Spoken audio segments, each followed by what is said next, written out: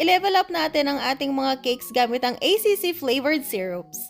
Kesa sa gumamit ka ng simple syrup, bakit hindi natin gawing flavored ang syrup na ilalagay natin sa mga cake natin? Ito ang lagi kong nilalagay, pampadagdag flavor sa mga cake at syempre, pangpadagdag moist na rin. Una itong ginagawa natin is chocolate cake and then nilagyan natin siya ng ACC chocolate syrup. Napaka-chocolate ng lasa nun mga mima ko. Next naman ang flavor ng cake natin is moist mocha and then nilagyan natin siya ng ACC caramel syrup dahil ang feeling na gusto ni customer is caramel filling. O diba, bunggahan? And finally, para naman sa strawberry cake or vanilla cake na merong strawberry na touch, lagyan natin siya ng ACC strawberry syrup.